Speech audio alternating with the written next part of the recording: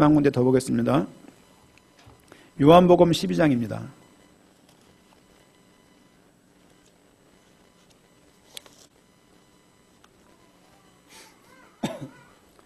요한복음 12장 37절부터 43절 말씀까지 말씀을 같이 읽도록 하겠습니다.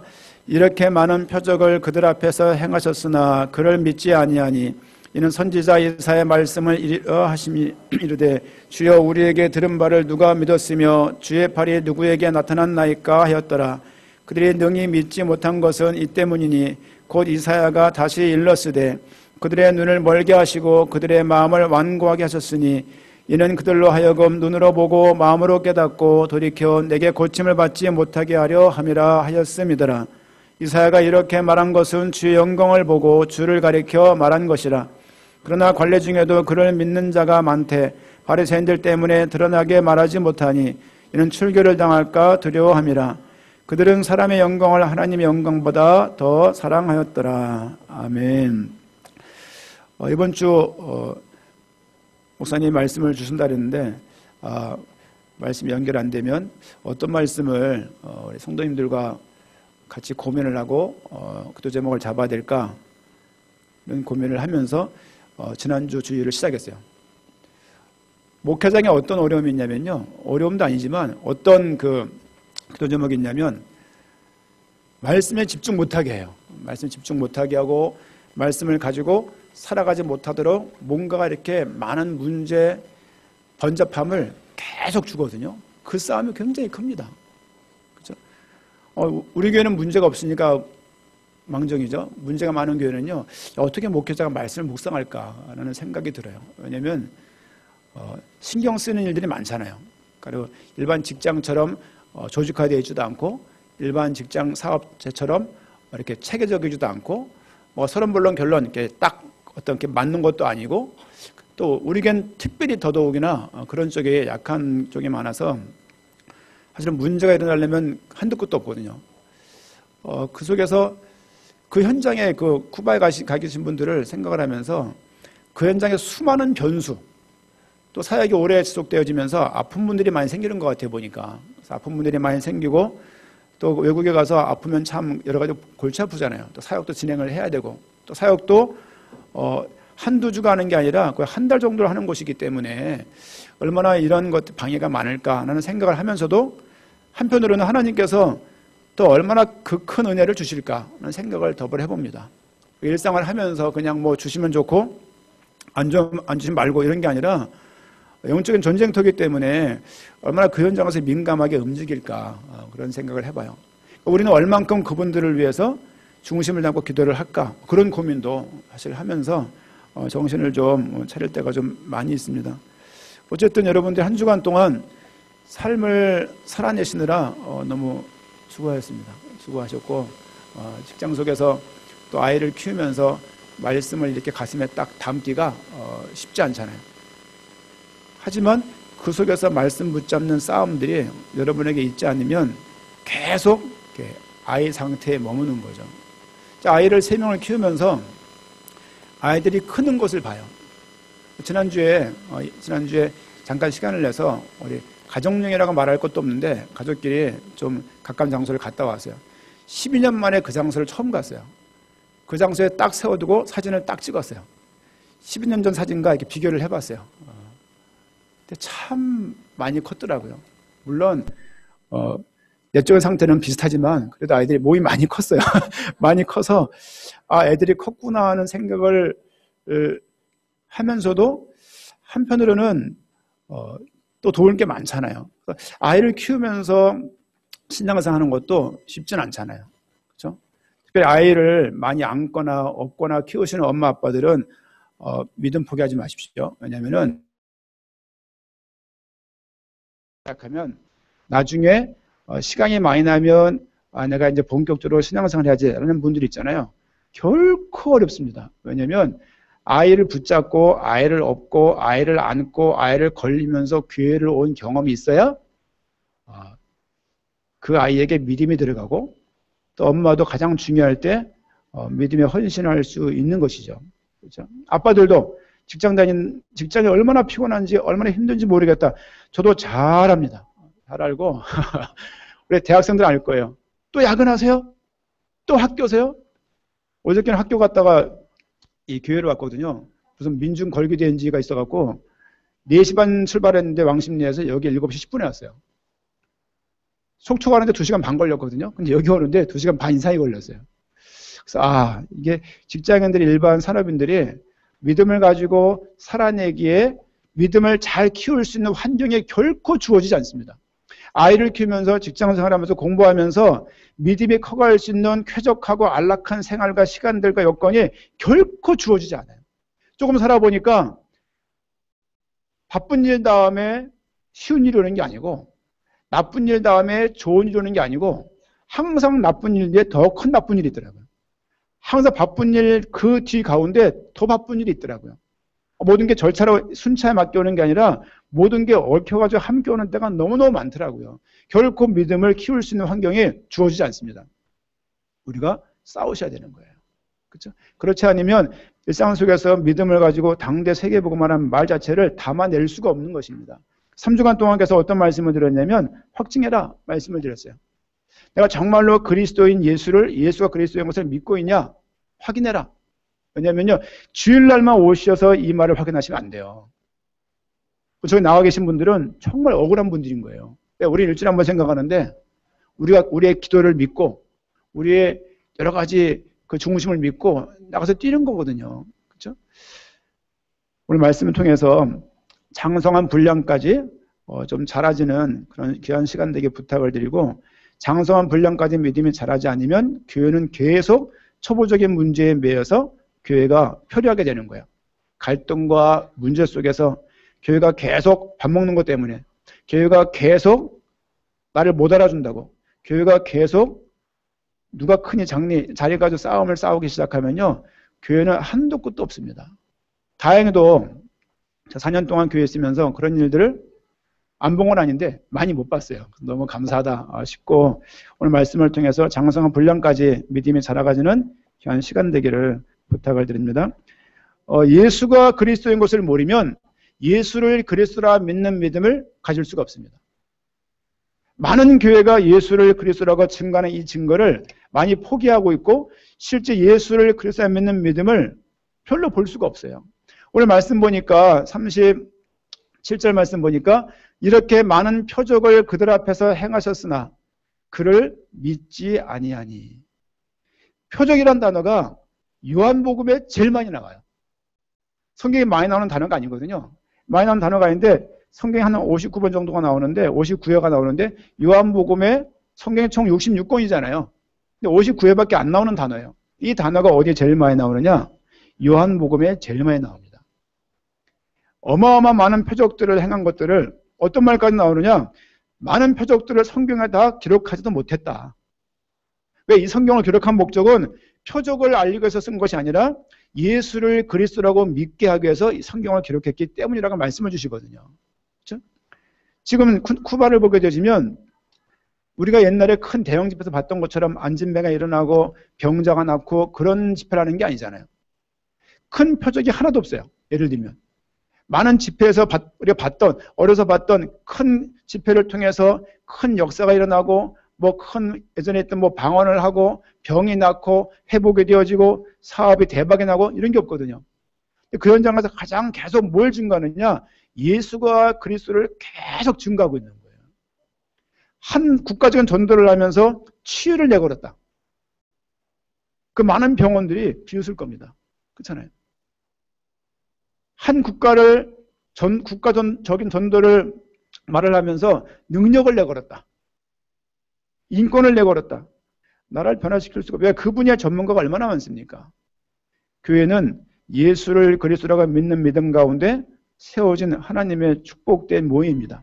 이 모임 가운데 있는 모든 사람들은 예수를 그리스도라고 믿는 믿음이 날마다 고백되고 확인돼야 됩니다. 성경 기록의 목적이 예수를 그리스도라고 믿게 하는 거예요. 성경 기록의 핵심이 뭐냐? 예수가 그리스도라는 거예요. 이 간단한 내용들을 성경에서 볼 수가 없는 거예요. 왜? 강단에서 그것을 말씀을 안 해주기 때문이죠. 정리하면 성경에서 말하는 핵심이 뭐냐? 예수가 그리스도라는 그 복음을 고백하면서 우리를 부르신 이유를 가지고 주의 오심을 기다리면서 오늘 하루하루를 살아가는 거예요. 그렇죠? 당대 세계복음화는 늘 말씀을 드리지만 뭔가 치우친 사람들의 고백이 아니고 뭔가가 마음에 분노가 많아서 뭔가가 원한이 많아서 상처가 많아서 그 분을 풀기 위해서 그 하는 사람들의 그 모임이 가지고 있는 그 모임이 아닙니다. 당대 세계복음화는 모임의 이름이 아니에요. 그렇죠? 그 개개인의 중심 가진 사람들의 그 고백이고 주의 오심을 생각을 하면서 오늘을 끝이라고 생각하면서 주의 오심을 기다리면서 이 복음을 증거하고자 사는 그 삶을 당대 세계복음의 삶이라고 말씀을 드릴 수가 있습니다. 그렇죠? 수많은 표적이 필요한 것이 아니라 예수를 그리스도라고 믿는 그 믿음이 필요한 것이죠. 여러분들 계속 말씀을 통해서 개인의 믿음들을 확인해 보세요. 확인해 보시고 계속 확증하셔야 되는 거예요. 진짜 맞는가 안 맞는가, 내 믿음을 그 문제 속에서 내가 성경적인 말하는 성경의 이 복음을 믿고 있는지, 성경에서 말하는 전도의 삶을 내가 사모하면서 그렇게 살려고 애를 쓰고 싸우고 있는 것인지, 성경의 끝을 바라보면서 내가 오늘을 살고 있는지를 확인하지 않으면 아이에게 매이고 남편에게 매이고 아내에게 매이고 집 이사에 매이고 진로에 매이면서 이 모든 것들은 그냥 사라지는 거예요. 주일날 오면은 당대 세계복음화, 일상생활은 일반 교인보다 못해.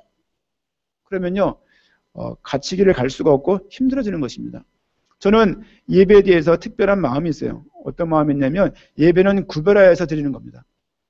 구별한다는 말이 무슨 말이냐면 내가 준비해서 확정해서 그 시간을 준비하지 않으면 드릴 수가 없는 거예요. 그렇죠? 비가 오네? 땡 걸러버리고. 길 막히네? 걸러버리고. 이런 이유 저런 이유로 예배를 하나씩을 이렇게 접기 시작하면 나중에 주일밖에 안 남습니다. 나중에 주일도 교육이가 힘들어져요. 에이 그럴 리가요. 아니요. 주일날 교육하는 게 얼마나 힘든데요. 왜냐면 이 주일날 잠을 자야 되고 쉬어야 되는데 아침 일찍 움직여서 아이들을 추스려가지고 옷을 챙겨가지고 교회를 간다. 이게요 쉬운 게 아닙니다.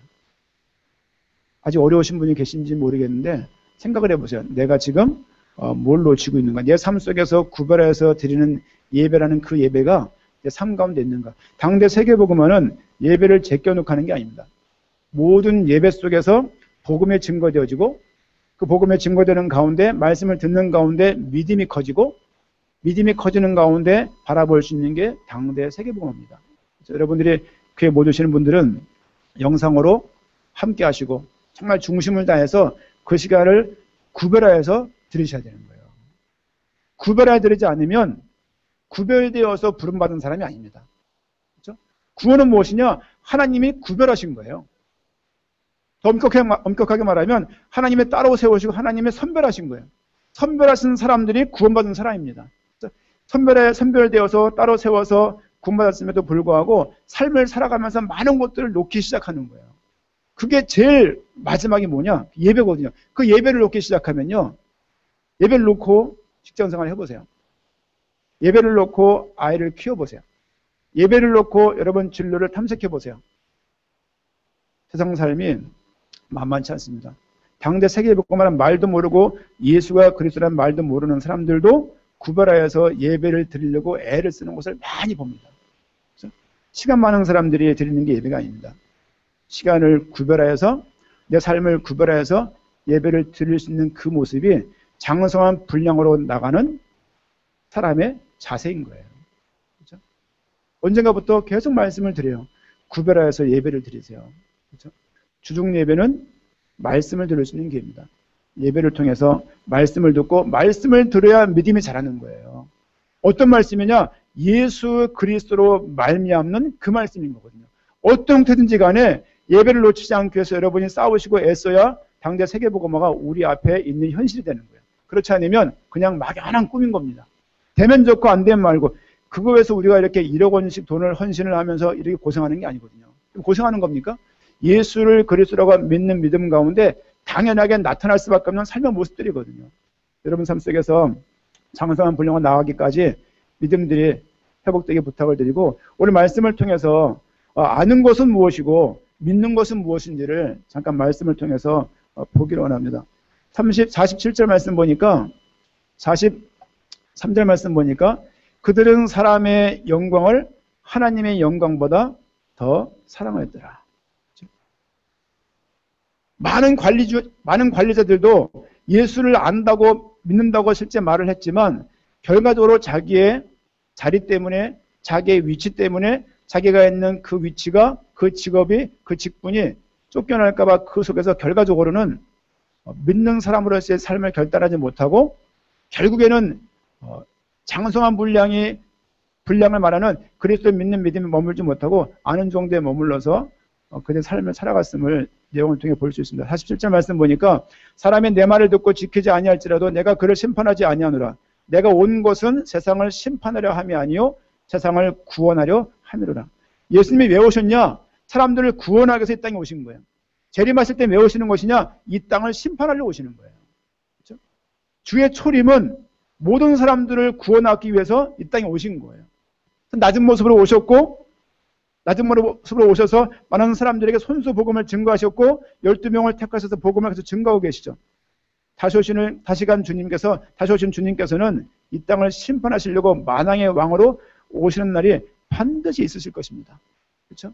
꼭 기억하세요. 내 인생 속에서 어느 날 새벽에 잠을 자는데 어마어마한 성경에 보니까 큰 나팔 소리가 들린대요. 나팔 소리 잘 들어두세요. 뭐가 나팔 소리인지. 그렇죠? 새벽에 잠을 자는데 큰 소리가 들리는 거예요.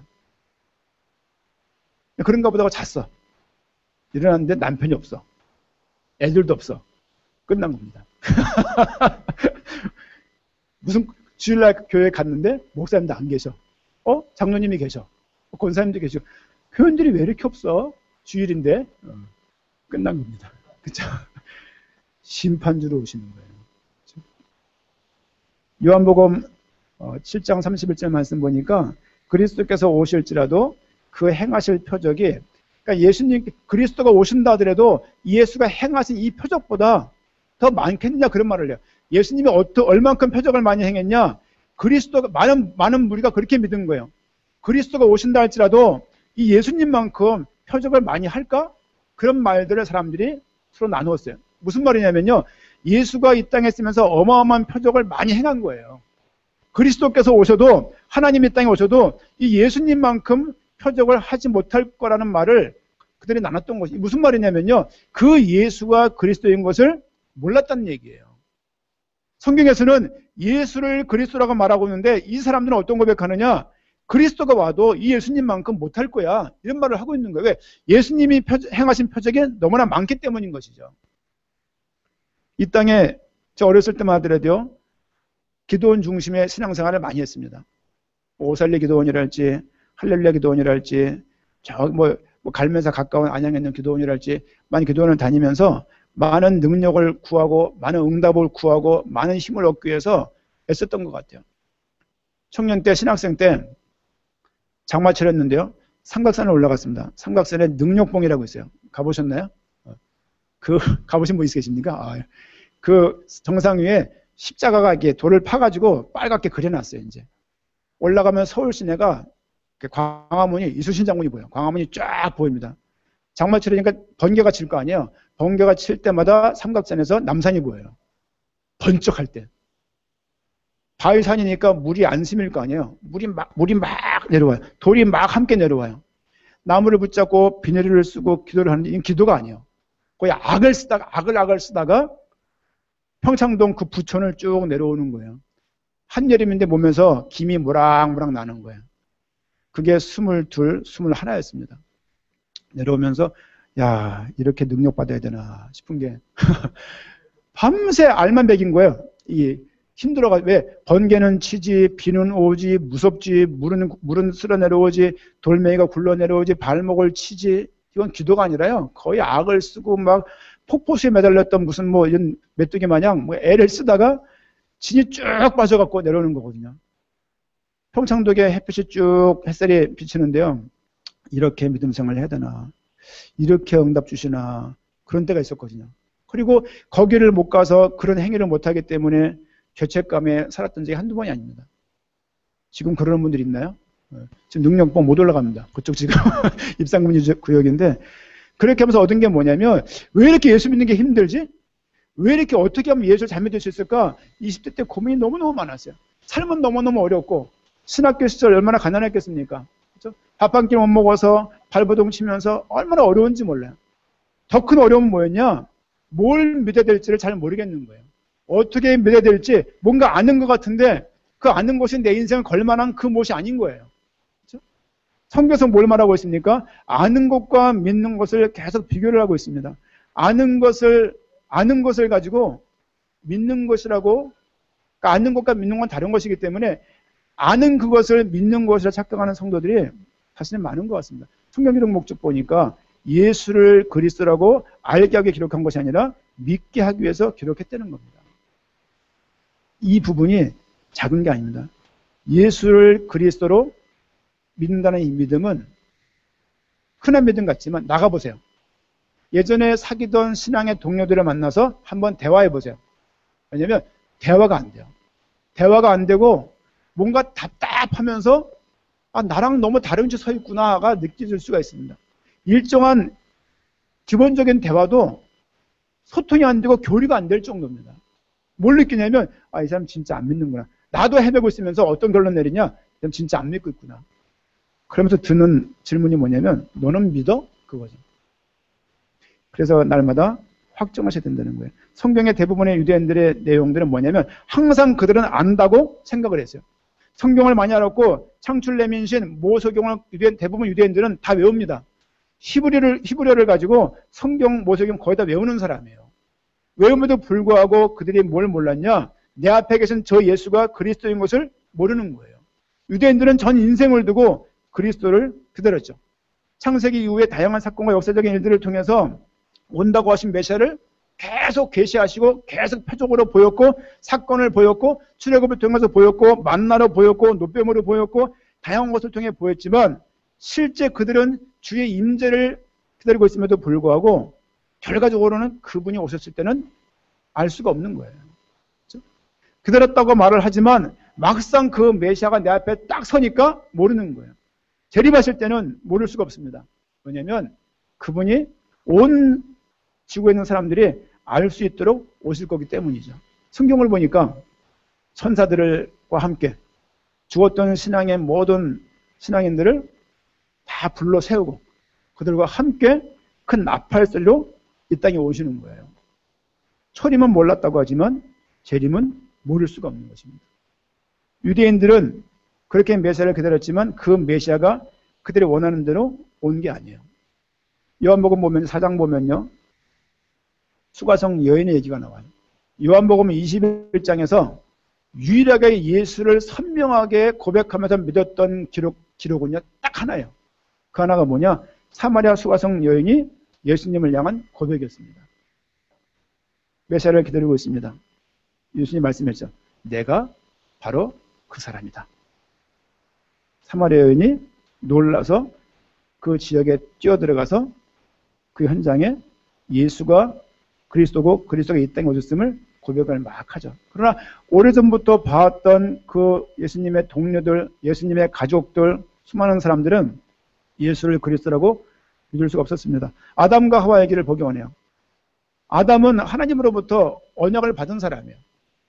하나님이 함께 소통하면서 교제하면서 대화하면서 했기 때문에 아담은 그 언약을 하나님이 아담에게 준 그 언약을 본인이 육성으로 들었기 때문에 믿을 수밖에 없죠. 알 수밖에 없는 것이 그 언약을 하와에게 전달을 했고 하와는 결과적으로 아담이 어떻게 전달하는지 모르겠는데 그 과정이 안 나와 있어요. 아담이 받은 언약을 하와에게 전달했다. 이런 내용들이 안 나와 있어요. 그냥 아담의 이 언약의 체결을 아담에게 주신 것이죠. 마귀는 누굴 틈타느냐? 아담을 틈타지 않고 하와를 틈타는 걸 볼 수가 있습니다. 어떻게 이 말씀을 이해할 수 있습니까? 하와가 언약을 잘 알았을까? 아담으로부터 언약을 잘 설명을 듣고 전달을 받았을까? 아마도 언약을 잘 전달하지 못했거나 아담보다는 다른 형태로 말씀을 언약을 이해했겠죠. 결과적으로 하와는 그 언약을 잘 알지 못해서 알지 못하면 믿지도 못하는 거예요. 아는 것이 없으면 믿을 수도 없는 거예요. 예수를 그리스도라고 알지 못하는데 예수를 그리스도라고 믿는다. 맹신입니다. 그렇잖아요. 알지 못하는데 무조건 막 믿는 거예요. 왜? 복 받을까 봐. 우상숭배의 일종입니다. 말씀을 통해서 예수가 누군지를 계속 알게 되어질 때 그 부분이 어느 날 깊은 계시를 통해서 예수가 그리스도였음을 믿게 되는 것이죠. 그렇죠? 아담은 언약을 받았던 장모님에도 불구하고 그 언약을 믿지 않는, 충분히 알았었거든요. 하와는 알지 못해서 범죄했다고 치지만 아담은 하나님으로부터 곧장 언약을 받은 거 아닙니까? 언약을 받고 믿지 않는 거예요. 알지 못했기 때문에 믿지 못하는 것이나 알았지만 믿지 못하는 것이나 결과는 똑같은 겁니다. 죄가 무엇이냐? 언약을 잡지 않는 거예요. 죄가 뭐냐? 말씀을 받지 않는 거예요. 죄가 뭐냐? 하나님 말씀을 믿지 않는 거예요. 불신자에게 복음을 전달을 많이 해봤습니다. 전달 많이 해봤어요. 그들 모두가 그래요. 죄 없다 그래요. 내가 딱 보기에도 저보다 더 선하게 생겼어요. 저보다 더 고집이 없어 보이고, 저보다 더 유해 보이고, 저보다 더 선량해 보이더라고요. 당신이 하나님 믿지 않으려고 하는 그것이 죄다. 이 말을 처음에 설명하는데요. 어렵더라고요. 왜냐하면 내가 더 죄인 같아갖고. 근데 그 사람에게 하나님 믿지 않고 하나님을 거부하는 게 죄입니다 라고 말하기 시작하면요, 그 사람의 눈이 흔들리기 시작해요. 당신이 아무리 선하지만 예수를 그리스도라고 믿지 않고 하나님을 믿지 않으려고 하는 모든 것 자체가 죄다. 여러분 전도 한번 해보세요. 전도해 보시게 되면요, 내가 진짜 믿고 있는지 안 믿고 있는지가 단번에 드러나요. 얼마나 이 말씀을 전달하기가 쉽지 않은지 몰라요. 전도 현장을 여러분이 한 번, 두 번 안 나가기 시작하면요, 나중에는 두려워집니다. 그리고 온갖 이유를 대가지고 그 현장을 피하게 되어져요. 바빠서요. 360을 바쁠까요? 2년 내내 바쁠까요? 4년 내내 바쁠까요? 아니, 어떻게 10년 내내 바쁠 수가 있습니까? 들여다보게 되면 바쁜데 별걸 다 해요. 근데 주의 일과 관련된 것만 다 피해요. 왜냐면 이게 않는 거 가지고 할 수 있는 게 아닙니다. 믿음 생활은 예수를 그리스도로 정말로 믿을 때 가능한 것들이에요. 주일날 한 번 나오는 거 잘하시는 겁니다. 너무 대단한 거예요. 대단한 거죠. 여러분들 생각해 보세요. 청년 때, 어릴 때 어떻게 믿었는지. 아니, 예수를 그리스도라고 정말로 내가 알기만 한 건지 진짜 믿고 있는지를 한번 확인해 보셔야 되는 거예요. 언약을 받았던 아담, 하나님으로부터 언약을 받았음에도 불구하고 그 언약을 믿지 않는 거예요.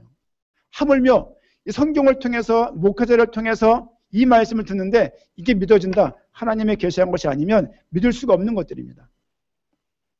아브라함과 이삭과 야곱을, 요셉을 통해서 창세기에 나온 4명의 인물이에요. 아브라함, 이삭, 야곱, 요셉. 아브라함은 믿음의 조상입니다. 왜 믿음의 조상이냐? 아브라함의 믿음 때문에 그 후대들이 그 믿음을 바라보면서 믿음 갖고 사는 것이죠. 하나님의 주신 언약을 알았지만 믿지 않아서 아브라함과 이삭은 자기 아내를 누이라고 속이고 이렇게 자기 위기를 모면을 하죠. 야곱도 온갖, 하나님을 알았지만 온갖 자기 어떤 인간적인 술수를 쓰다가 큰 문제에 빠지기도 하죠. 요셉도 작지만 불신앙하면서 하는 모습들이 성경을 보면서 볼 수가 있습니다. 근데 그들 모두가 어디로 자라가느냐? 하나님을 알던 그 상태에서 하나님을 정말 믿을 수밖에 없고 그를 위해서 목숨을 드릴 수밖에 없는 모습까지 그들이 자라가더라 이거예요. 하나님께서는 반드시 복음을 아는 사람들을 자라게 하십니다. 그래서 문제를 주시기도 하시고, 그래서 어려운 그 믿음이 자랄 수 있도록 어려운 환경 가운데 두시는 거예요. 우리 아이들을 키우면서 가장 민망할 때가 그럴 때예요. 왜 하나님 응답 안 주세요? 어떤 응답? 기도했는데 어렸을 때 우리 애들은 받아쓰기가 지금 또 그렇다는 거예요. 받아쓰기 가지고 하나님의 계시고 안 계시고를 판단하는 거예요. 이제 공부하면 되지. 기도했는데 안 돼요. 공부하면 된다니까. 기도하면 안 돼요. 우린 그런 거 없습니까? 현찰이 조금 더 들어오면 하나님은 살아계시고, 현금이 조금 부족해지면 불안해지고. 하나님은 현금을 주시는 게 아니라 언약을 주세요. 그렇죠? 계속 언약 가운데, 이 언약 가운데 삶의 문제를 주시고 그 언약이 그 사람이 아는 곳에서 믿는 것 자라갈 수 있도록 장성한 분량까지 이끄시기 위해서 수많은 일들을 주시고 함께 하심에도 불구하고 단지 우리에게 현실적인 것들이 충족이 안 되니까 하나님이 안 계시는 것처럼 믿는 거예요. 적당히 타협을 하면서 적당히 거리를 두고 사는 거예요. 목사님들이 한 발자국 다가가면 한 발자국 탁 물러나고, 두 발자국 다가서면 두 발자국 물러나고, 목사님 한 발자국 물러나면 한 발자국 다가오고, 가까워지지가 않는 거예요. 여러분 삶 속에서 예수와 그리스도를 믿는 믿음이 확인되지 않으면요, 계속 함께 교회 생활하는 것이 힘드실 거예요. 왜냐하면 목사님 나가서 쿠바 사역하는 것들에 전혀 여러분 책을 한번 보세요. 저는 교회사에 관심이 많은 편인데요. 책을 좀 몇 개를 봤습니다. 한 국가를 두고 한 교회에서 이렇게 사역하는 교회가 없었습니다. 인도나 영국이나 미국에 했던 대부흥운동을 읽어보게 되면요, 이런 운동이 아니었어요. 그냥 각성운동이고 그냥 술 먹지 말자고 게으름을 타파하다 이것이지, 많은 문제를 우리가 해결하자 이것이지, 한 국가의 전도를 두고서 한 교회가 이렇게 올인하면서 힘쓴 교회가 사실은 없었습니다. 초대교회 때 비로소 땅끝을 향해서 복음을 들고 살아간 것이 그때뿐이에요. 많은 교회에서 세계복음을 한다고 말하지만 교회 유익이 안 되고 교회 도움이 안 되면 다 접어버립니다. 왜? 어느 누가 장사가 돈이 안 벌리는 장사를 누가 할 수 있겠습니까? 그렇잖아요. 이 복음은 우리 교회에 유익이 나기 때문에 전하고, 세계복음화는 우리 교회 단순하게 성장에 도움이 되기 때문에 하는 게 아닙니다. 그렇죠? 쿠바 복음전에서 우리에게 무슨 도움이 있나요? 무슨 도움이 있어요? 쿠바 커피가 오나요? 그것도 아니잖아요. 쿠바 여행 갈 수 있는 무슨 티켓이 주어지네? 그것도 아니잖아요. 많은 변수 가운데 어떤 면에서는, 죄송합니다, 등쳐먹는 사람들이 가득한데 그 속에 들어가서 이 복음을 증거하려고 등쳐먹는 것을 당함에도 불구하고, 알면서도 불구하고 다 참아주면서 줄 거 다 주면서 복음을 증거하는 것이거든요. 그렇죠? 이번에도 긴급하게 연락이 와서 그 경제가 다 떨어진 것 같아요. 성도님들이 또 헌신을 내갖고 800만 원 정도가 또 이렇게 전달된 걸 알고 있습니다. 그렇죠? 그거로 되겠습니까? 베네수엘라 또 2주 사역을 해야 되는데 한 50명가량가 사역하는 거거든요. 그것뿐입니까? 그 현장에 있는 목사님들을 모시고 사역이 또 진행되는 것이거든요. 이런 교회에 후원을 하면서 이런 교회에서 그걸 바라보면서 후원한 장로님들이 어디 계시고 그런 사람들이 어디 있고 그것을 향해서 전심으로 기도하는 교회가 어디 있습니까? 없습니다. 이걸 볼 때 너무 감사해요. 야, 정말로 복음 가득한 교회구나. 얼마 전에 지나가다가 교회 이름 봤어요. 교회 이름이 근면교회예요. 근면교회. 저 교회에서 어떤 말씀에 증거될까? 한 10분 갔는데 성실교회 있더라고요. 근면성실. 어떤 말씀에 증거될까? 상상이 되는 거예요. 어떤 교회에서 어떤 패턴을 가지고 어떻게 교육을 할지 상상이 되는 거예요.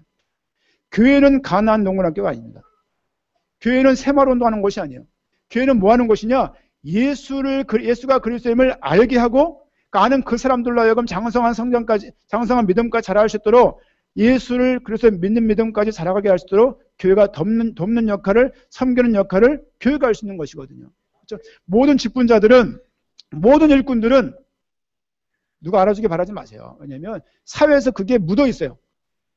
사회에서 있는 그 위치가 교회 와서 똑같이 연장선상에서 인정받기 원해요. 그렇지 않습니다.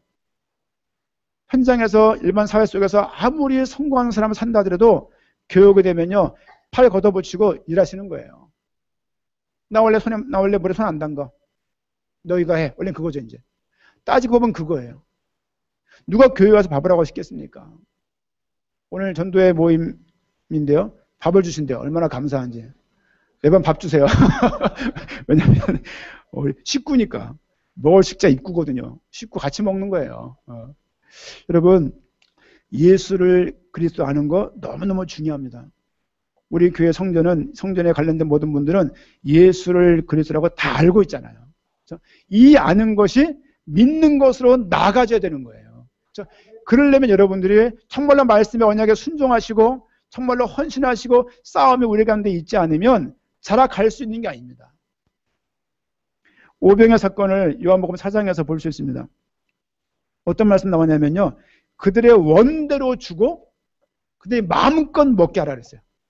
그들이 원대로 먹고 마음대로 먹고 여자와 어린이를 제외하고 남자만 5,000명이 먹었대요. 얼마나 먹은 겁니까? 먹고서 그들이 다 배불리 먹고 갔더라. 그 표현이에요. 예수가 능력 있는 분인 것을 확인한 거예요. 그 표적을 통해서 예수가 어마어마한 능력을 행하고 우리 인간적인 욕심적인 많은 것들을 해결할 수 있음을 그분들이 발견하고 알아낸 거예요. 그럼에도 불구하고 그 자리에서 예수를 따르겠다고 남은 제자가 이름이 안 나와 있어요. 요한이 요한복음을 기록할 때 이 사장을 통해서 뭘 말하고 있을까? 아니 5,000명의 남자가, 여러분 청년들이 뭐 하나 먹어요? 엄청 먹어요. 우리 가족들이 뭘 먹어도 엄청 먹거든요. 근데 남자만 5천 명이었다. 어떤 분은 그런 말을, 전 이 본문 통해서 많은 설교를 그렇게 들었어요. 작은 소년이 작은 헌신을 하였다. 작은 헌신이지만 큰 사람들을 유익하게 했다. 헌신합시다. 오병이요. 이거거든요. 작지만 드립시다. 주를 위해 쓰면 커집니다. 오병이요. 이거거든요. 그 본문은 그런 내용이 아니잖아요. 그렇죠? 예수가 그리스도임을 증거하고 증명한 건데 안 믿는 거예요. 여러분, 표적을 통해서 예수를 그리스도 아는 것도 중요하지만 하나님이 알게 하셔야 되는 겁니다. 그렇죠? 오늘 본문 말씀 보십시오. 요한복음 12장 말씀 중에 보니까 40절 말씀. 그들의 눈을 멀게 하시고 그들의 마음을 완고하게 하셨으니 이는 그들로 하여금 눈으로 보고 마음으로 깨닫고 돌이켜 내게 고침받지 못하게 하려 함이라 하였음이더라. 이게 이사야서 말씀이거든요. 무슨 말이냐면요. 하나님이 알게 하셔야 알 수 있는 거예요. 이게 맞다라면 하나님 나에게 더 깊이 이 아는 것이 계시하게 달라고 몸부림치는 믿음이 있으셔야 되는 거예요. 뭐 알면 좋고 뭐 아님 말고 누가 알게 하겠습니까? 그렇잖아요. 제가 학교에서 대학생들 국가근로 담당자예요. 다 어려운 애들이에요. 사상위계층, 기초생활수급자, 막 분위기가 다 그래요. 다 어렵습니다. 전화가 와요. 한결같이 전화가 와요. 선생님, 저 어렵습니다. 아, 그래.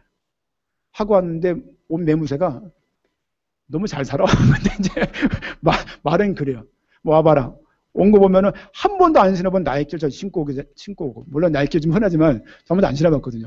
뭐 그런 애들이 많아요. 막 귀걸이도 보니까 진짜 뭐 같아. 막 그런 애들, 막 반주도 대학생들 막 이따만 끼고 오고, 옷도 신상 명품인 거예요. 이거 어떻게 사상하겠죠? 생활수급자지. 뭐 보면 그렇습니다. 그 아이들이 그 돈 많은 얻기 위해서 얼마나 간절하게 푸시하고 와서 얼마나 말하는지 몰라요. 정말 이 복음이 나에게 깊게 계시되기를 소원하고 사모하고 원하는 마음이 있다면 그렇게 하면 안 되죠. 그렇잖아요. 그런 마음이 있다면서 그렇게 합니까?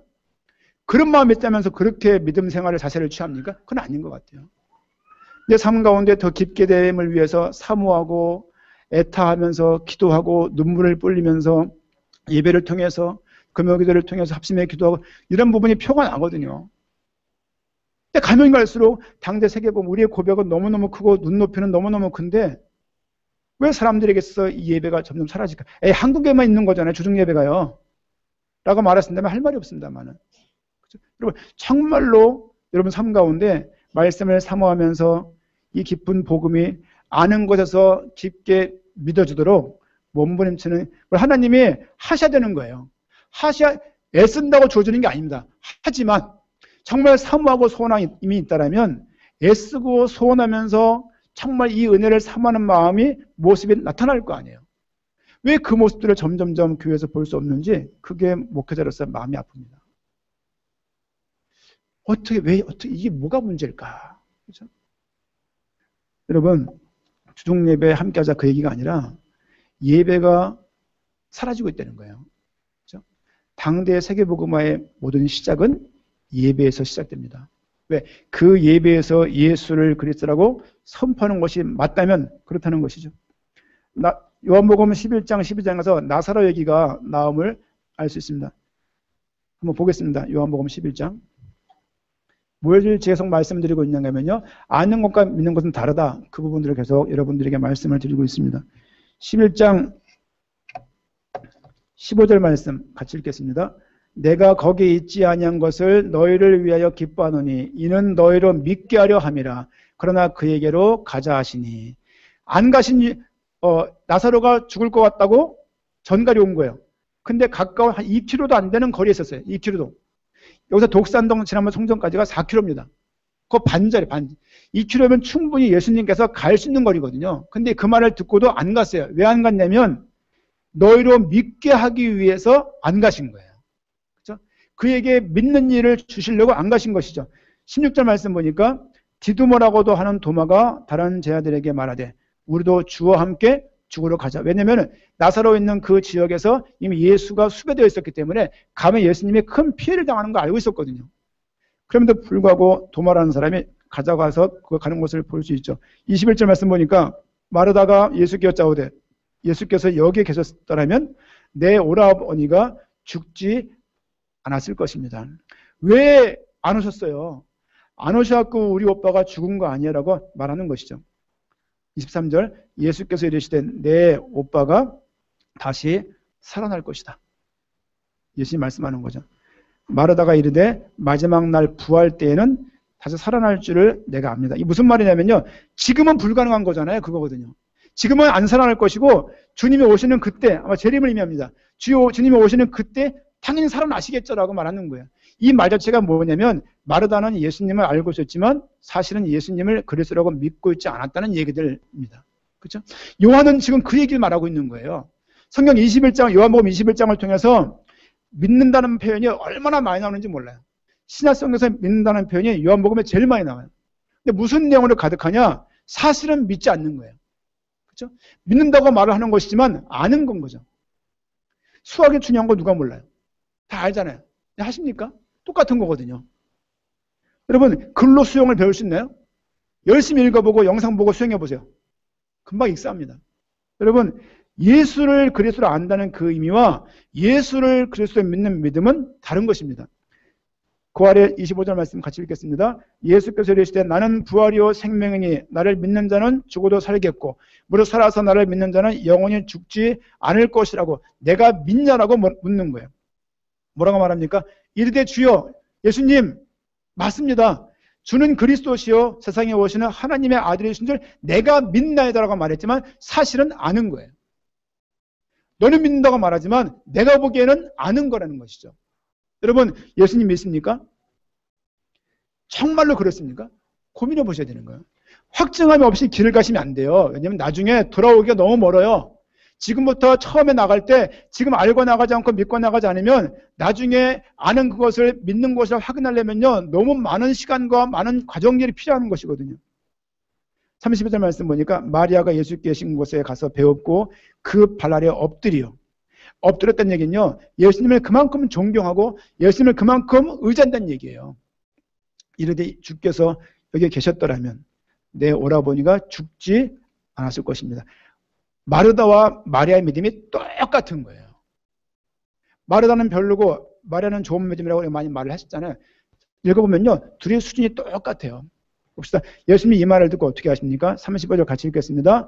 예수께서 눈물을 흘리시더라. 왜 눈물을 흘렸냐? 너무 민망한 거예요. 왜냐하면 내가 누군지를 믿지 않는 거예요. 33절 예수께서 그가 우는 것과 또 함께 온 유대인들이 우는 것을 보시고 심령의 피통이 여기사 불쌍히 여기사 너무 안타까운 거예요. 왜? 내가 그리스도라고 그렇게 많이 말을 했는데 나를 그렇게 가까이서 아는 너희들도 내가 그리스도인 것을 믿지 않는 거예요. 여러분 아는 것과 믿는 것은 다른 것입니다. 마리아 마르다가요 이들만 그런 게 아니라 우리가 이 자리에 서 있다고 말을 해도 과언이 아니죠. 36절 이에 유대인들이 말하되 보라 그를 얼마나 사랑하셨는가 하며 그 마리아 마르다 얘기 듣고서 예수님이 우시는 거예요. 하나님이신 예수님이 우시는 거예요. 그렇죠? 능력을 행하시고 모두 우주 만물을 발아려 주시고 물 위를 걸으시고 5,000명을 먹으신 그가 우시는 거예요. 왜 우시냐? 그들의 믿음 없음을 보고 우시는 겁니다. 그렇죠? 40절 예수께서 이르시되 내 말이 내가 믿으면 하나님의 영광을 보리라 하지 아니하느냐. 믿으면 하나님의 영광을 볼 것인데 왜 믿지 않냐라고 말하는 겁니다. 믿으면이라는 표현이 신약성경 중에서 요한복음에 많이 나옵니다. 믿으면 영생하고 믿으면 멸망 가운데 머물지 않고 믿으면 생명 가운데 거할 수가 이런 표현들이 너무너무 많습니다. 그렇게 많이 표현하고 있지만 요한복음 전체의 내용은 뭐냐? 믿지 않는 거예요. 그렇죠? 아는 거예요. 우리 목사님이 가끔 말씀하시죠. 안다고 생각하지 마십시오. 그러잖아요. 정말 맞는 얘기. 모든 유대인들이 안다고 생각했어요. 그리스도를 안다고 생각했지만 실제 그 예수가 그리스도인 것을 몰랐기 때문에 그렇게 핍박을 하고 십자가에 못 박기까지 한 거 아닙니까? 우리는 예수님을 알고 있습니까? 베드로도 주는 그리스도시요 살아계신 하나님의 아들이십니다. 그렇게 고백했던 장본인이에요. 예수님을 믿고 얼마 안 지나서 했던 고백이에요. 하지만 요한복음 18장 말씀 보니까 18장 17절에서 읽어볼까요? 요한복음 18장 17절.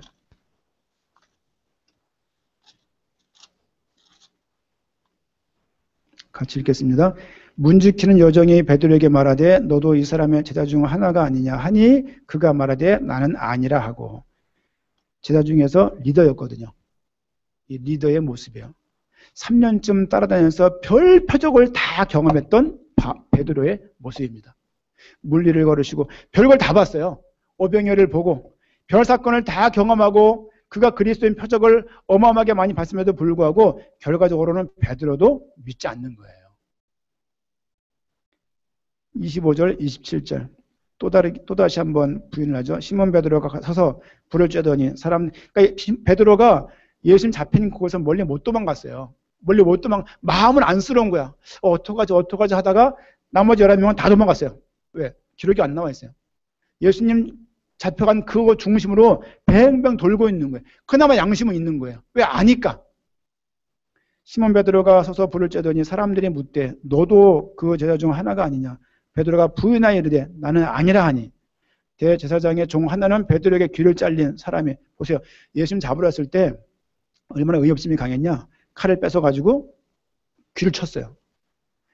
귀를 보고 친 게 아니라 사람을 친 거예요. 근데 귀가 맞은 거예요. 깠다 가면 그 사람 갈 뻔했어요. 그렇게 예수님에 대해서 예수님을 지켜내려고 애를 썼던, 중심 들었던 인물이에요. 그런데 고백 어떻습니까? 내가 그 사람과 함께 동산에 있는 것을 내가 보지 아니하였느냐. 이에 베드로가 또 부인하니 곧 닭이 울더라.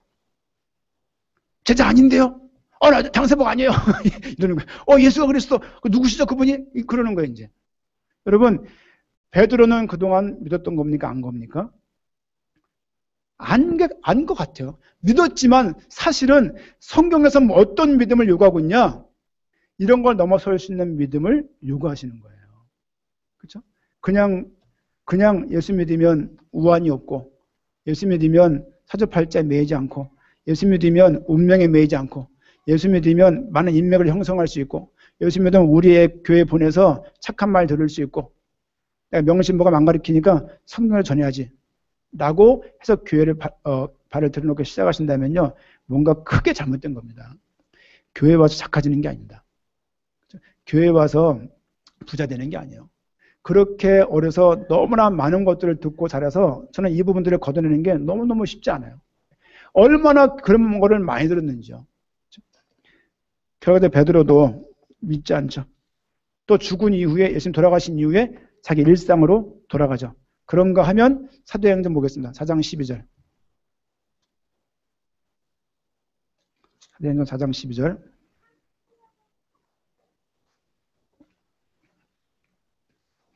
함께 읽겠습니다. 4장 같이 읽겠습니다. 다른 이로서는 구원을 받을 수 없나니 천하 사람 중에 구원을 받을 만한 다른 이름을 우리에게 주신 일이 없음이라 하였더라. 이게 베드로의 고백이에요. 깠다가면 사형을 당할 수 있는 그 원로원들 재판장 그 앞에서 베드로의 고백입니다. 바뀌었죠. 이미 이거는요, 이 시점은 예수님이 돌아가신 이후예요. 예수님의 죽음과 십자가의 죽음과 부활을 경험하고 베드로가 바뀐 거예요. 기독교의 핵심은 십자가와 부활입니다. 모든 지하했던 성도들이 부활을 경험하고 다 지상으로 올라왔어요. 왜냐하면 죽어도 사는구나. 다 끝냈구나. 이걸 진짜 믿기 시작한 겁니다.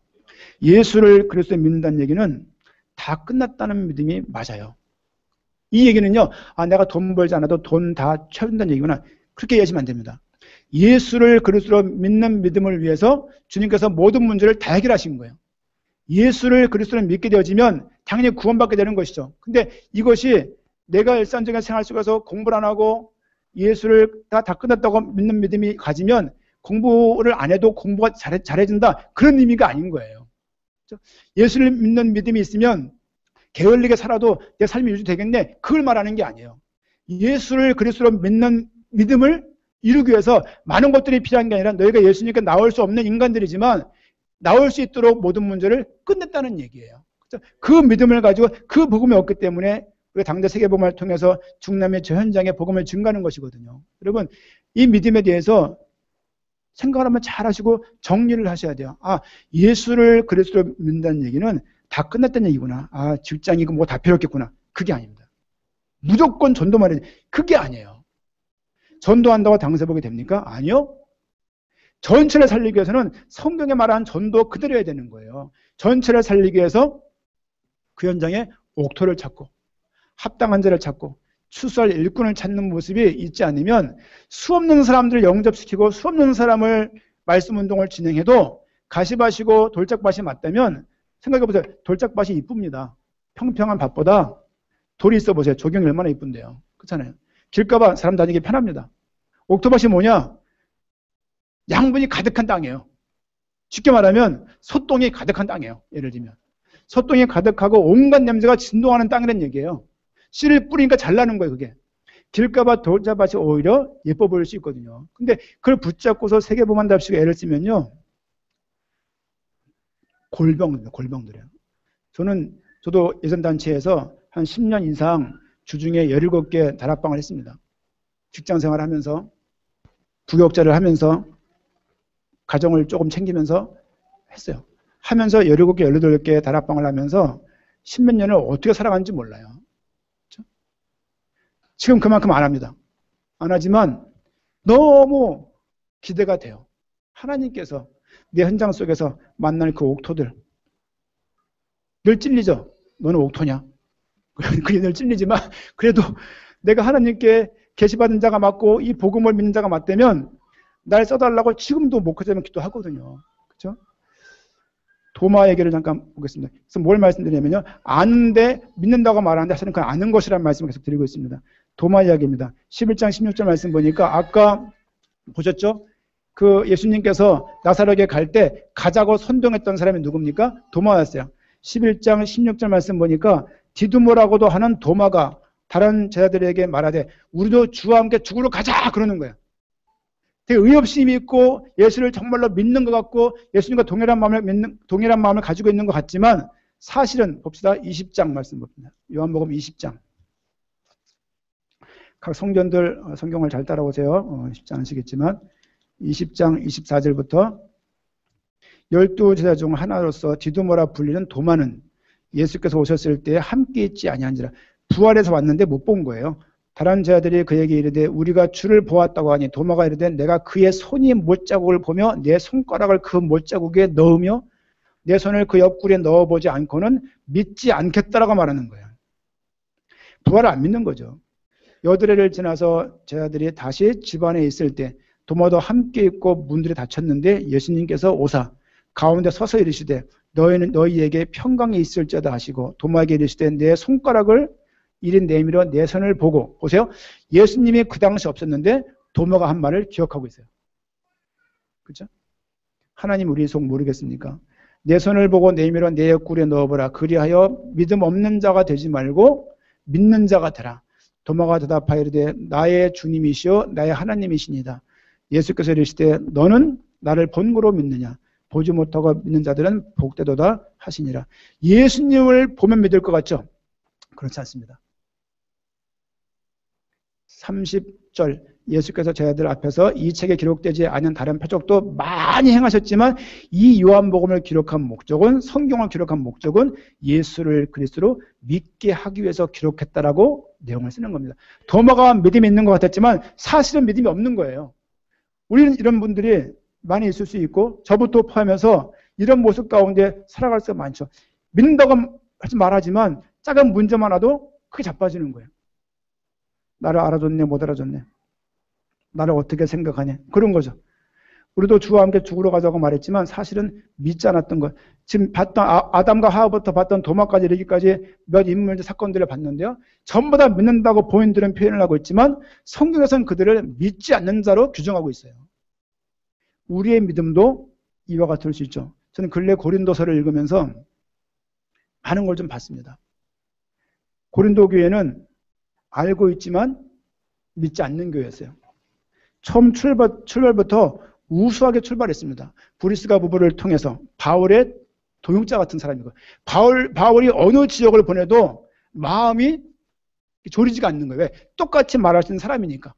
또 거기에 또 회당장까지 가세가 돼가지고 우수한 모습으로 교회가 출발한 교회가 고린도 교회입니다. 우수한 교회로 출발했지만 바닥이 난 교회예요. 중요한 일꾼 중심으로 시작을 했지만 복음을 가지고 지금은 자신도 추스릴 수 없는 형편이 되고만 교회가 고린도 교회입니다. 여러 큰 문제가 사방팔방 다 문제였어요. 가장 큰 문제가 11가지였어요. 고린도전서에 11가지 문제가 다 나와요. 11가지 문제를 통해서 모든 사람들이 고린도 교회를 보면서 다 비웃었어요.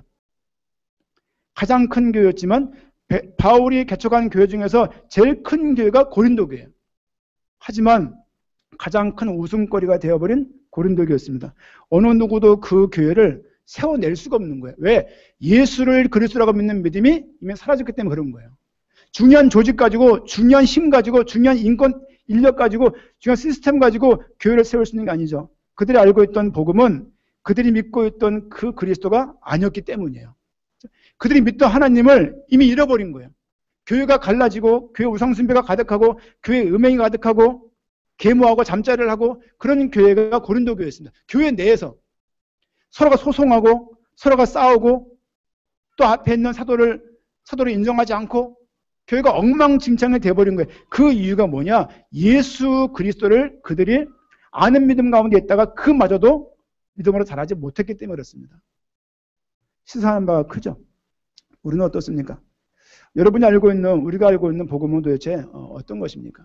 혹시 고린도 교회처럼 이미 알고 있었고 복음을 알고 있다고 믿고 있다고 말을 하지만 사실은 많은 문제 가운데 너덜너덜 신앙이 되어서 살고 있지만 겨우겨우 표정 관리하면서 교회를 나오시는 것은 아닌지 확인하시기를 부탁을 드립니다. 내가 알고 있는 복음이 정말로 예수를 그리스도라고 믿는 믿음인가? 매 순간 다 끝났다고 고백하면서 나를 위해 다시 살아나신 그리스도를 위해서 사는 삶인가 한번 확인해 보셔야 되는 거예요. 아니면요, 직장인들은 모두가 현실에 매이게 돼 있어요. 직장에 매여 있고 성과에 매이게 돼 있고 눈코 틀 새 없이 일주일 살다가 교회에 겨우겨우 쓰러지듯이 슬라이딩 하면서 교회에 오게 돼 있거든요. 여러분, 나는 예수를, 여러분 직장생활 간도라 지금 그 얘기를 말하는 게 아닙니다. 예수가 그리스도라고 날마다 확인되는 삶을 살고 있는 얘기예요. 여러분 삶 가운데 정말로 예배함이 구별해서 예배하는 삶이 있냐고 해서 말씀을 드리는 겁니다. 주일날만 혹시 당대 세계복음화에 몸을 담그고 평상시는 일반 기존 교회보다 못한 모습을 가지고 살아갈 때가 많지 않은지, 예수님께서 우리를 구별하여 부르셔갖고 따로 세우신 거거든요.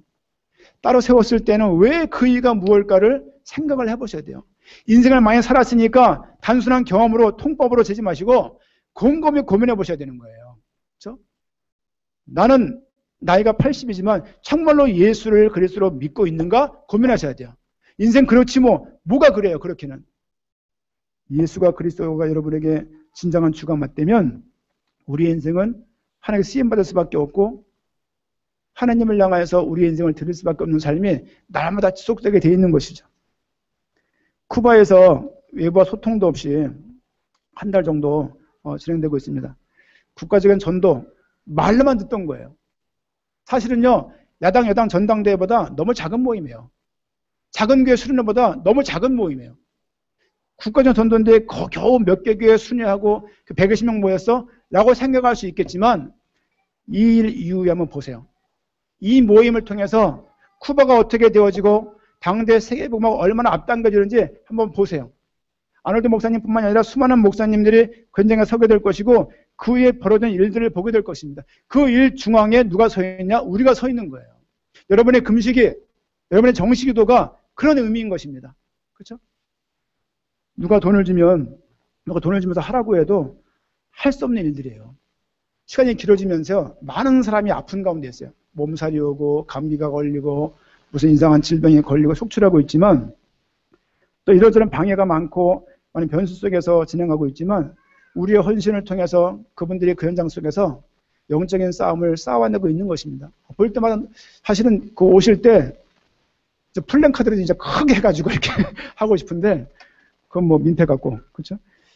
이것을 두고 이런 것을 보면서 우리가 시험에 빠지고 개인 갈등에 빠지고 엎어져 갖고 하나님이 계시네 안 계시네 이러고 있더라면 하나님을 믿는 것은 아닙니다. 그렇죠? 갈등 있는 분들이 있으니까 확인해 보세요. 갈등을 해결하려고 하지 마시고 내가 예수를 그리스도로 믿는가 확인해 보십시오. 그렇죠? 도대체 얼마만큼 하나님의 은혜를 주셔야, 도대체 얼마만큼 하나님께서 함께 하신 것을 육신적으로 보여줘야 그걸 믿겠냔 말이야. 받은 은혜도 다 잊어버리고, 죄송합니다. 내 입에 몇 푼 들어오고 주머니에 몇 푼 주어지면 조금 인정받으면 웃고, 저희 집엔 강아지를 키워요. 얼마나 충성된지 몰라요. 새벽부터 나가면 나와서 막 반겨줘요. 지도 피곤할 건데. 인기척 나면 와서 막 꼬리치면서 반겨줘요. 물론 그 속을 알고 있어요. 왜? 먹을 거 주세요. 그 얘기죠. 알고 있지만 참 충성돼요. 문득 그 생각이 들었어요. 간식 하나 얻어먹으려고, 밥 얻어먹으려고 애쓰는 강아지보다 야, 내가 못한 거 아닌가 생각이 들어요. 난 저렇게 하나님을 향해서 충성되지도 않은 것 같고, 하나님의 은혜가 참 큰데, 그렇죠? 어쩜 그렇게 빨리 잊어버리는지.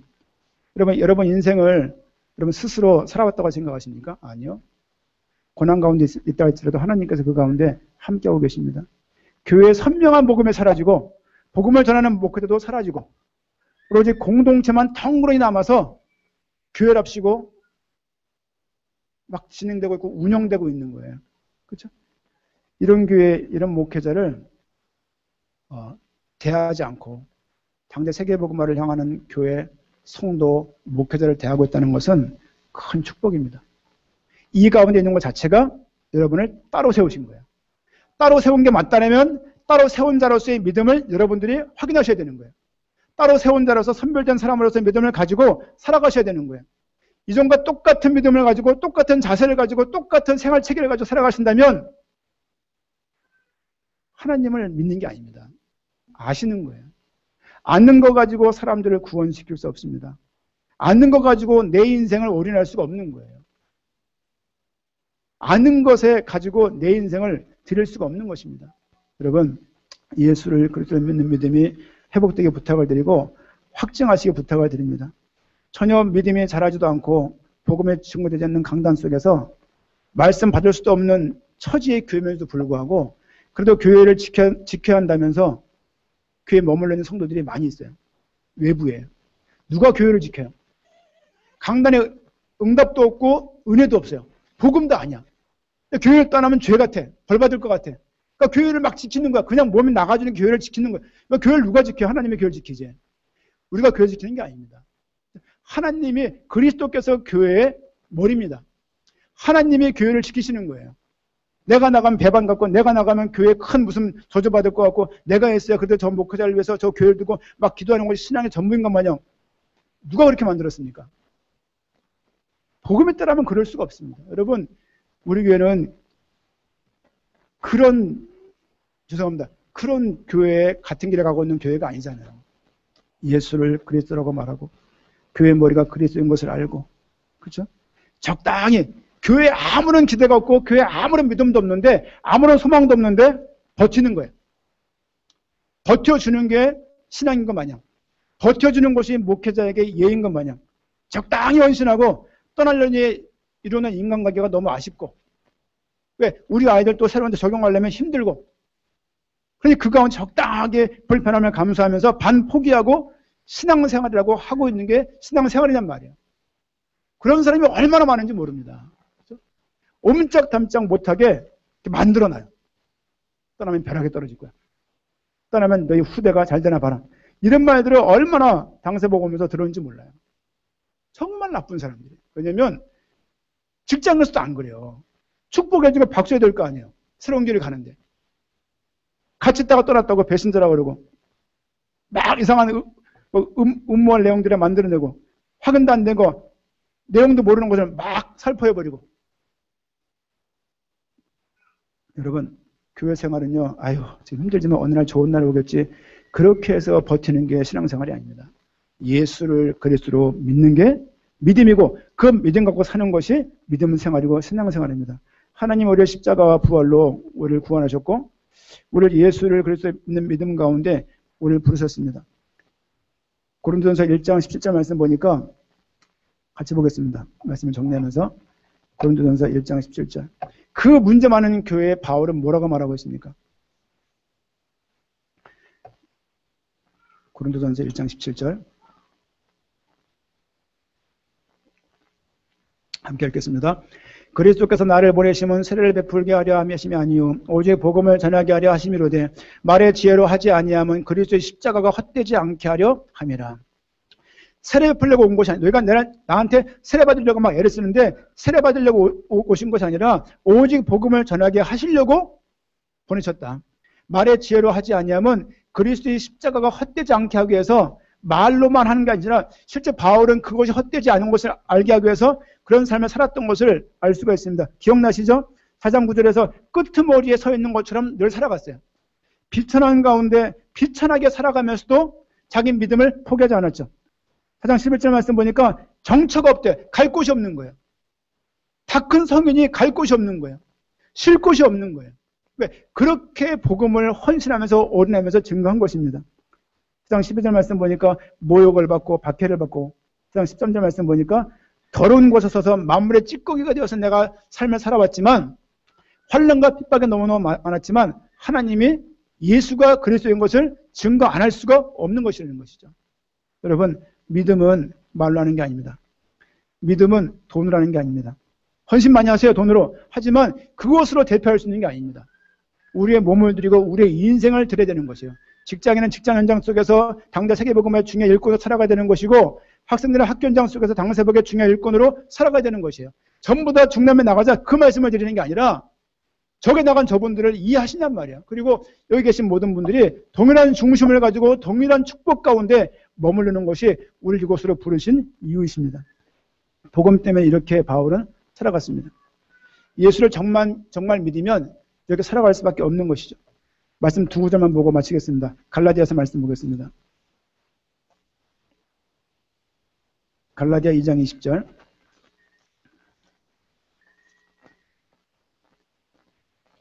많이 아는 구절이죠. 같이 읽겠습니다. 내가 그리스도와 함께 십자가에 못 박혔나니 그런즉 이제는 내가 산 것이 아니요 오직 내 안에 그리스도께서 사신 것이라. 이제 내가 육체 가운데 사는 것은 나를 사랑하사 나를 위하여 자기 자신을 버리신 하나님의 아들을 믿는 믿음 안에서 사는 것이라. 어떤 게 믿음이냐? 하나님의 아들이신 예수 그리스도를 믿는 믿음 안에 사는 것이 믿음입니다. 믿는 믿음 안에서 살아가야 되는 거예요. 믿는 믿음만 있는 게 아니라 믿는 믿음을 가지고 살아가는 것이 예수를 그리스도를 믿는 그 믿음입니다. 3장 22절 같이 읽겠습니다. 3장 22절 같이 읽겠습니다. 그러나 성경이 모든 것을 죄 아래에 가두었으니 이는 예수 그리스도를 믿음으로 말미암는 약속을 믿는 자들에게 주려 함이라. 하나님이 약속을 누구에게 주시느냐? 예수 그리스도를 믿는 믿음 가운데 있는 사람들에게 약속을 주시는 거예요. 약속을 그 받은 사람들이 저렇게 현장을 향해서 뛸 수밖에 없는 것입니다. 우리 교회는 세계 유일의 교회입니다. 감히 말씀을 드릴 수가 있습니다. 시설면에서는 꼴등일지 모르겠지만 정말 하나님의 소원 가운데 믿는 믿음만 살아가고 이 복음을 증거하려고 최전선에 제일 앞에 서 있는 교회가 복음 가득한 교회라고 저는 생각합니다. 여러분 생각 어떻습니까? 그 믿음 가운데 그 교회 가운데 부름받은 성도로서 어떻게 살아야 되겠냔 말이에요. 그렇죠? 언약에 순종하시고 언약을 따라서 헌신하시고 이 싸움이 우리에게 있지 않으면 말만 되는 거예요. 고린도 교회가 그렇게 하다가 믿음을 잃어버린 겁니다. 그런 모습으로 나아가서는 안 되겠습니다. 가장 큰 교회지만 가장 혼탁한 교회, 가장 큰 교회지만 가장 어두운 교회. 12성전 중에서 죄가 제일 큽니다. 웃긴 얘기지만, 그렇죠? 여러분, 우리를 그렇게 불렀을 때는 이유가 있을 거예요. 우리 교회를 통해서 하나님께서 11개 성전을 세우게 하셨어요. 자, 여러분이 수고의 헌신의 기도의 열매입니다. 하지만 그게 끝이 아니라 당대 세계복음화가 끝나는 그 순간까지 우리 교회가 그렇게 부름받았던 것처럼 그렇게 쓰임받는 교회가 되어야 할 것입니다. 12개 모든 성전들이 그 믿음 가운데 아무나 승리하게 부탁을 드리고 구배 현장을 두고 또 중남의 현장을 두고 기도하면서 한정한 동안 장성한 분량까지 살아가는 믿음 가운데 승리하시기를 축원합니다. 기도하겠습니다. 함께 기도합시다. 반주심해 주시고요. 함께 기도하겠습니다. 우리 하는 장성한 분량까지 우리가 자라가게 인담을 되어 주시고 단순하게 아는 것이 아니라 그리스도를 믿는 믿음 가운데 갈등 가운데 있는 자 있습니까? 믿음이 더 깊게 선명하게 확인되게 하시고 또 특별히 중남미 현장을 두고 아무도 돕지 않는 저 현장 속에서 150명도 안 되는 교인들이 기도하면서 저 현장 하나님의 커다란 소원을 이루기 위해서 뛰어가며 사역이 진행되는 가운데 있습니다. 그 사역 속에서 중요한 일꾼들이 만나지게 하시고 연결되게 하시고 세워지게 인도하여 주옵소서. 받은 강단 말씀과 중남미 현장을 두고 함께 기도하도록 하겠습니다. 기도합니다. 하나님의 주의 말씀 가운데 온전히 구하여 성령과 생명의 증거를 바라보고 구하시고 하나님 말씀 가운데 온전히 구하도록 힘을 구하시니 감사함을 드리옵나이다. 약한 심령들에게 말씀 가운데 온전히 구하여 성령의 증거를 바라보고 인담을 구하시며 아버지 주의 말씀 가운데 온전히 구하여 인담을 구하시니 감사함을 드리옵나이다. 예수를 그리스도 믿는 가운데 사랑에 부족함도록 인담을 해주시기를 바라옵나이다. 하나님 말씀 가운데 온전히 구하여 성령의 충만함 바라보고 인담을 해주시옵시고 하나님의 주의 말씀 가운데 온전히 구하도록 힘을 구하시기를 바라옵나이다. 물론 주의 말씀 가운데 온전히 구하는 인담을 해주시옵시고 감사도 도우시기를 바라옵나이다. 하나님 말씀 가운데 온전히 인담을 해주시옵시고 주의 말씀 가운데 온전히 구하도록 힘을 주시옵시고 물론 주의 말씀 가운데 온전히 구하여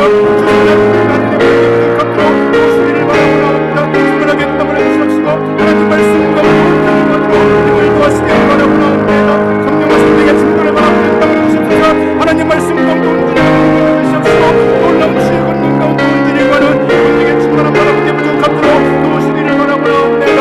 주의 말씀 가운데 온전히 구하여 여호와를 바라보게 인담을 구하시고 하나님 말씀 가운데 온전히 구하도록 힘을 구하시기를 바라옵나이다. 주의 말씀 가운데 온전히 구하여 성령의 충만함 바라보게 부족함도록 축복하시고 인담을 대해 주옵소서. 하나님 감사합니다. 우리에게 은혜를 주시고 이곳에 모인 성도들과 여러 개 성전 가운데 은혜를 주시니 감사함을 드립니다.